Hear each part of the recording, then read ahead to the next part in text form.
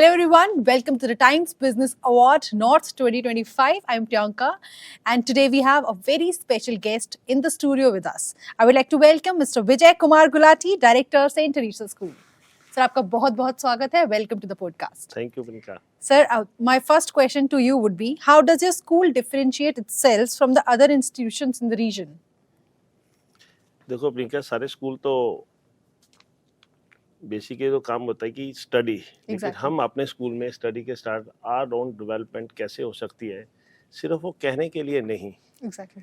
हम अपने स्टडी के स्टार्ट बच्चों को मेंटली भी स्ट्रॉन्ग करते हैं. जैसे कि आजकल जरा से बात करिए, छोटे बच्चे भी कहते हैं स्ट्रेस बहुत है. Yes. हमारे टाइम पे तो स्ट्रेस का वर्ड हमने सुना ही नहीं था. जी ये सर. कहाँ से आ गया? तो कैसे स्ट्रेस को हमने हैंडल करना है, ये चीज़ भी हम लोग सिखाते हैं. Exactly. हमारे टाइम पे तो कभी ऐसा नहीं होता था कि घर में 10 गेस्ट आ जाएं तो बच्चे के रूम में कोई सो ना पाए. आजकल तो एक गेस्ट भी आ जाए, बच्चों का डिफरेंट रूम है. हम कहते हैं कि ये बेटा अपने रूम में इनको शेयर कर लो, तो बच्चे कहते हैं नहीं नहीं नहीं. तो ये चीज़ कहाँ से आ गई?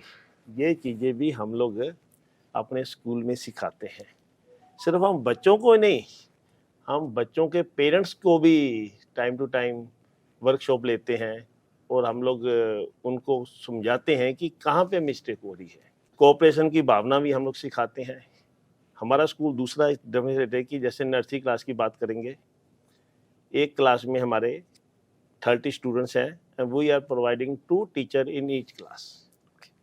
और हम लोग कोशिश करते हैं कि every child is unique and have a different quality. Yes. वो जो उसकी एबिलिटी है, क्वालिटी को हम पहचानते हैं, उसको हम लोग डेवलप करते हैं, उसको हम देखते हैं कि किस फील्ड में उसका इंटरेस्ट है. Exactly. किसी बच्चे का म्यूजिक में है, किसी का साइंस में है, तो हम उसी तरह का ही एनवायरनमेंट प्रोवाइड करते हैं.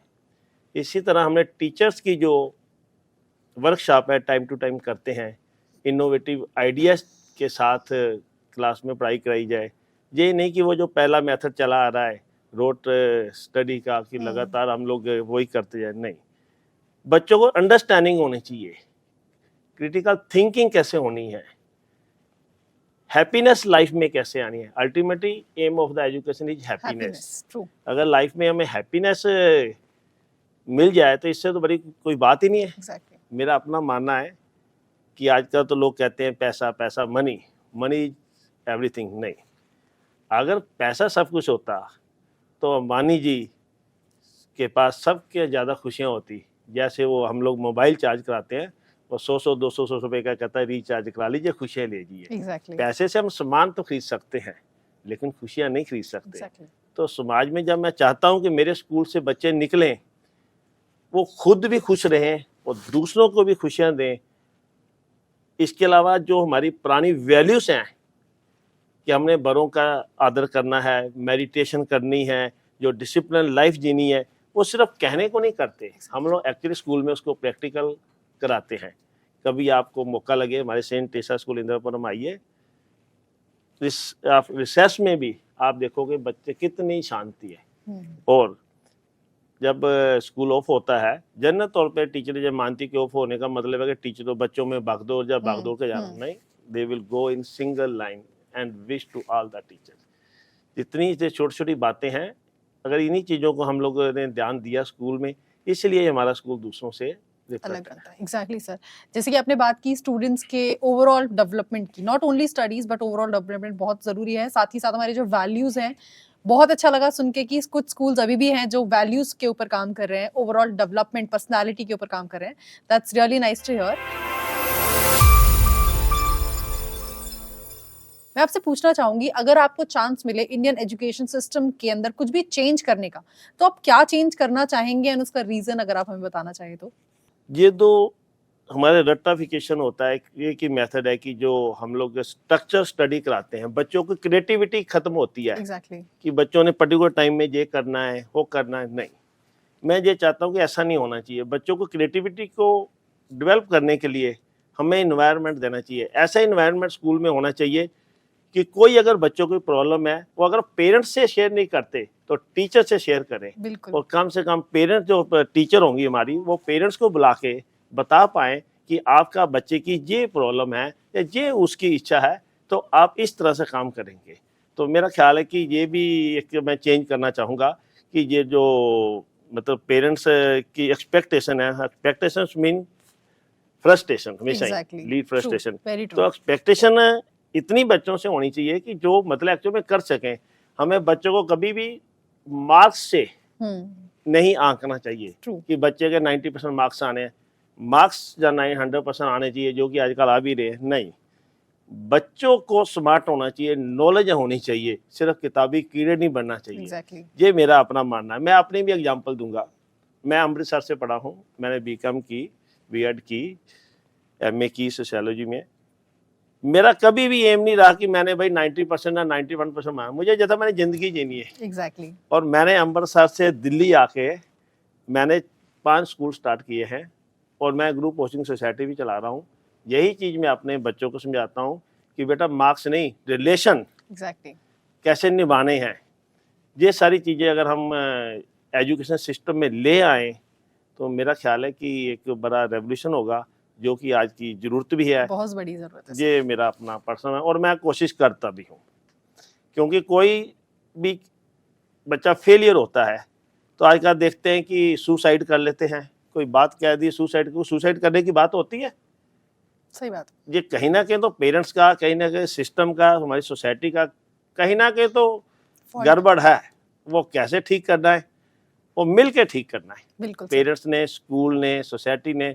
और कोई वजह नहीं है कि अगर हम कोशिश करेंगे तो हमारा system one of the best नहीं बनेगा, 100% बनेगा। मोदी जी अगर कहते हैं हमने विश्व गुरु, सिर्फ कहने से नहीं है। मैं चाहता हूँ एक्चुअल में हमारा जो स्कूलों का रोल है वो हम निभाएंगे तो जो मोदी जी का सपना है उसमें कम से कम हम भी अपना योगदान दे पाएंगे। True. ये मेरा मानना है। बिल्कुल सर, आपकी बात सुन के बहुत अच्छा लगा। जैसे आपने बताया कि हर बच्चा अलग है, डिफरेंट है, यूनिक है एंड एक स्टैंडर्डाइजेशन नहीं होना चाहिए सबको नापने के लिए। बहुत अच्छा लगा, इंस्पिरेशन है आपके थॉट्स जो है हम सभी के लिए। मैं आपसे क्वेश्चन करना चाहूंगी saint Teresa group of schools के बारे में, अगर आप हमें बताएं, क्योंकि ग्रुप जैसे आपने बताया काफी इंस्पिरेशनल जर्नी रही आपकी भी, आपके स्कूल की भी।